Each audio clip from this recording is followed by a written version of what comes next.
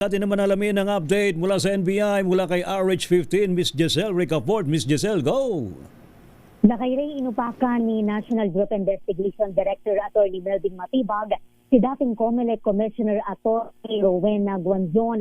Kaugnay ito ng pagkwestiyon ni Guanzon sa ginamit na 75 milyong piso na budel at mark money ng Bureau sa Entrapment Operation sa grupo ni Peanut Gallery Media Network founder Franco Mabanta.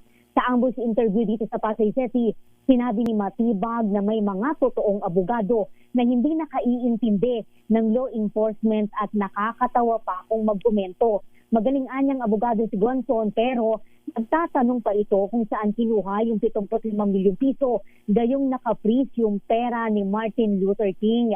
Paliwanag ni Matibag, maganda lang yung pagkakagawa ng pera sa rekto at pinapayagan naman ng Korte Suprema yung paggamit ng budel money sa kanilang mga operasyon.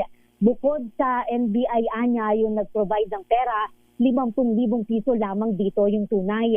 Payo ng direktor kay Guanzon, mag-isip muna bago hanapin o questionin yung 75 milyong piso sa entrapment operation.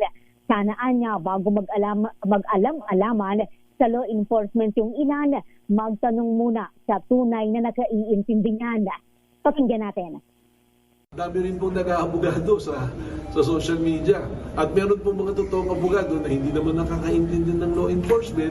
Nagsasabi, nakakatawa minsan yung mga komento, kagaya nun dun sa budel money na ginamit, na sasabihin ka na si Atty. Guanzon, diba? Lawyer yan, galing na lawyer. Anong sabi niya? Sabi niya, saan kumuha ng 75 million? O, di ba, naka-freeze yung account? Yan guys. Sino ang namumuliting ngayon? Yung pong pera na yun, sa recto po ginawa, maganda yung pagkakagawa. At it's already been decided by the Supreme Court na pwede gumamit. So ngayon, hinahanap na yung 75 million.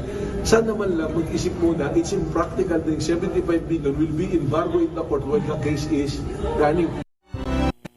Ito si Giselle Ricafort para sa DZRH na sa Pilipinas, una sa Pilipino.